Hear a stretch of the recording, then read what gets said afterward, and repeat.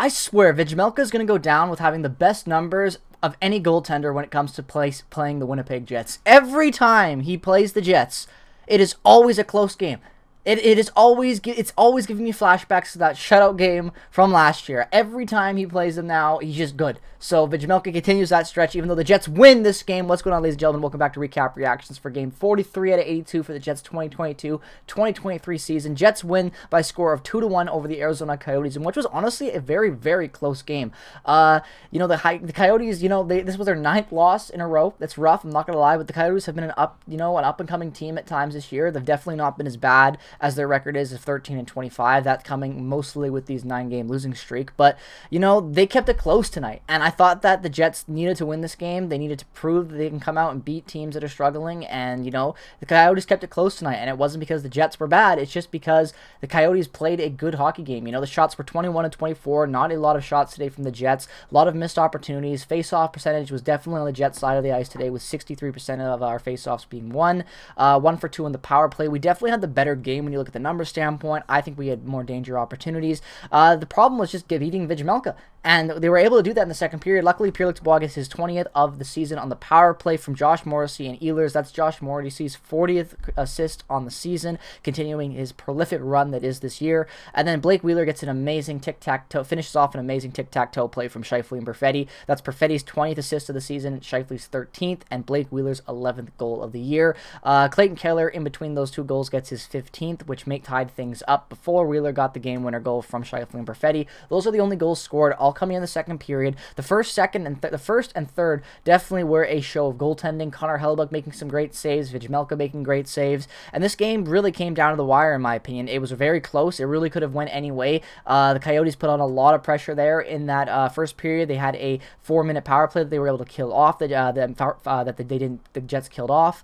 The third period, again, very good goaltending. And what tonight really came down to was just this team playing a lot of games recently. This is their 3rd game in 5 days. Not to mention they had to travel from back-to-back on an East Coast swing back to Winnipeg to play the Coyotes tonight. And then they're right back out on things very, very soon. It's a tough stretch when you look at the schedule, how busy the Jets are.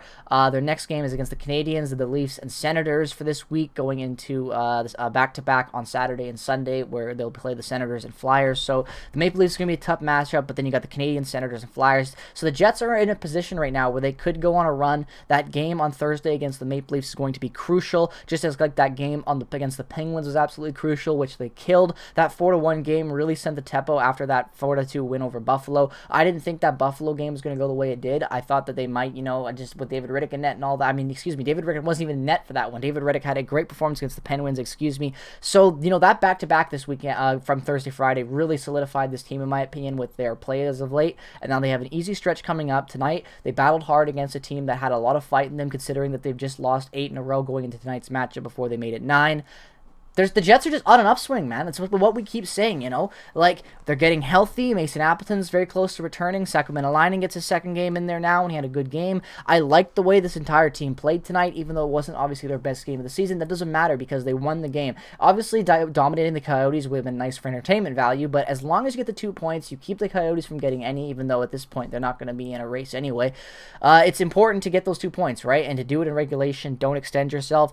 Next game is Tuesday against the Canadiens. That's going to be an important one as well. You got to beat these 2 teams, especially after coming off that back-to-back, like I said. Tonight was a lot of good play, a lot to take from this game. Same with that Pittsburgh one. You had a really good weekend of hockey from Friday to Sunday. Really, really good. They're going to be in Montreal again. They're going to be on the road, so they're going to go play in Montreal, then they're going to play in Toronto, and then they'll play in Ottawa. So it's going to be a little bit of a road swing coming up, but that's okay because the Jets have played well at home and well on the road. So really this game all it did for me was just keep me happy, keep me content, and keep me excited for what's going to be coming for the rest of this year. Like, you don't need to go in depth on a game like this because they won it, and that's what's just so relieving about the Jets this year, is that they're playing the same type of hockey every game, and when they make little mistakes, it's just a little mistake within a small moment of the game, and then they continue to put pressure on.